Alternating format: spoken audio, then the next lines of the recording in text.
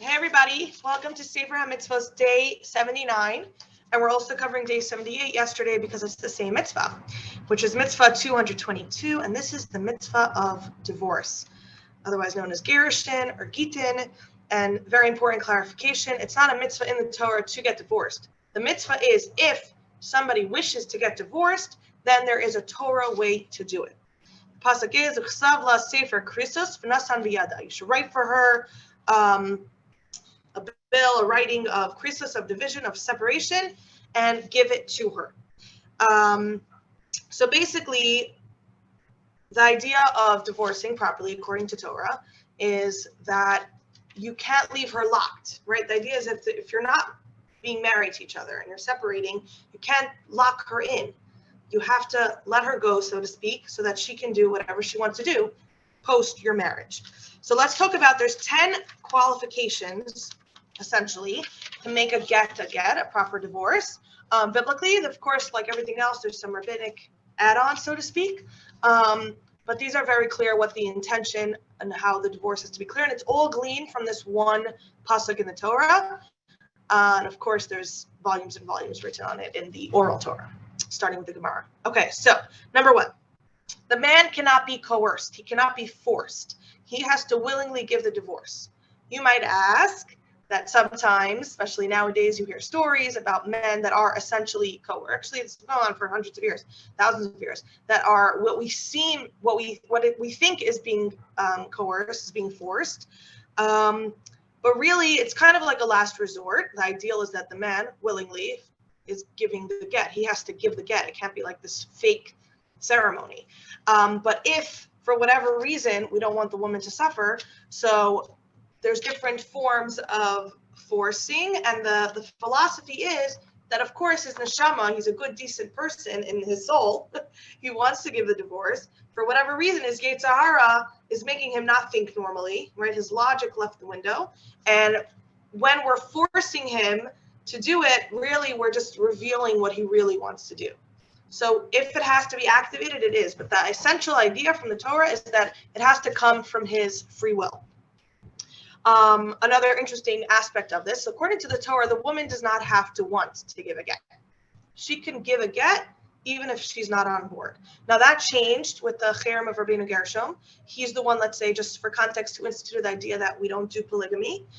He was Ashkenaz, so that's why it might not apply in all Sephardi circles, but halachically, for an Ashkenazi, you're not allowed to marry more than one woman, and he's the one that instituted that. He instituted a few things, like not opening up other people's mail, etc. I tell my kids that are not allowed to read my texts for that reason. For some reason, they don't see how it's the same. But the other thing he instituted is that a woman also has to agree. You can't force a divorce on her, but she has to be on board with it as well. So it has to be two-sided.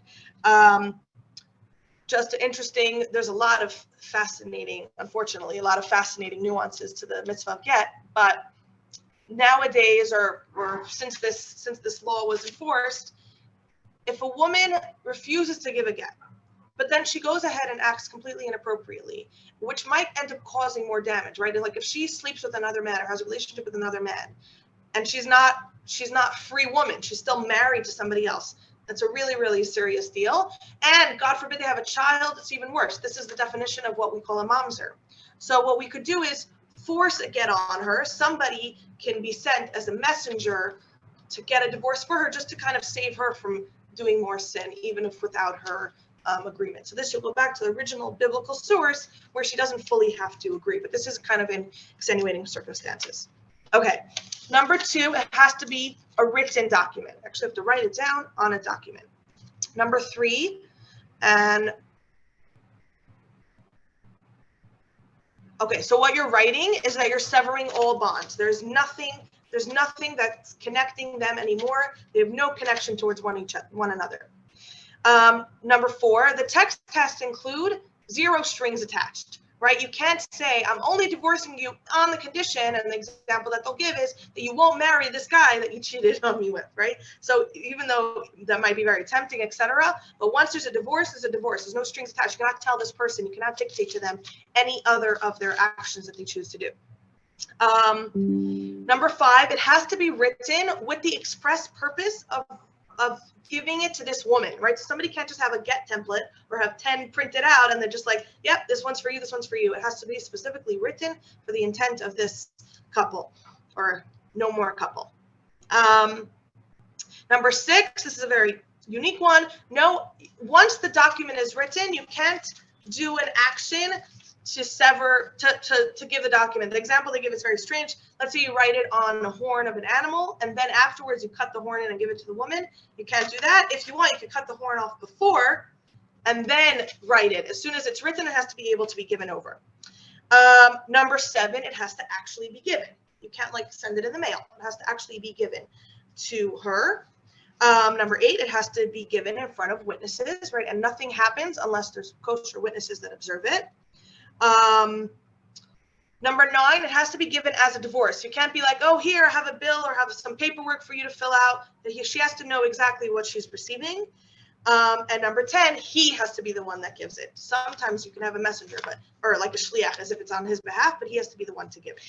So those are the conditions. Like I said, there's some rabbinic add-ons, for example, that the witnesses sign, etc. But the principles are all very strong.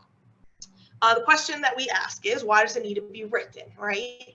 And it's really to show kind of on, this is a big deal, right? You can't, words are easy, they're free. You could say things on a whim.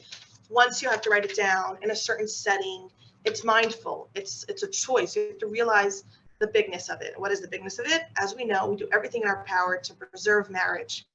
Marriage is God manifesting himself in this world through the couple. Even Hashem rips up his name to potentially preserve marriage. We do everything we can to preserve marriage. And the best analogy that I understand for this is like a body, a whole body. We want the body to be whole.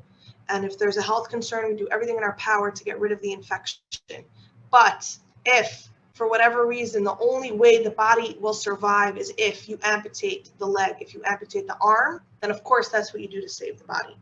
So that's a divorce. A divorce is an amputation, right? It says that the Mizbeach, the altar in the Beis Hamikdash cries when there's a divorce. It's terrible. Does it have to happen? Of course. That's why Torah sometimes. That's why Torah creates a mitzvah for it. It means this is a reality that happens in the world, but it's an amputation, and it just, you know, we learn about divorce many times just for us to understand the gravity and the specialness and the purposefulness and the preciousness of marriage, right? When you learn what the opposite of marriage is, you understand. And just on a very humanistic level, divorce just brings so much horror and sadness to families and children. And again, if it has to happen, it has to happen. Sometimes that's what we do to save the body.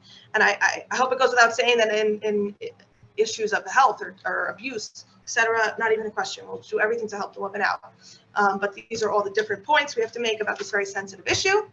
Thank you for joining, and we'll see you tomorrow.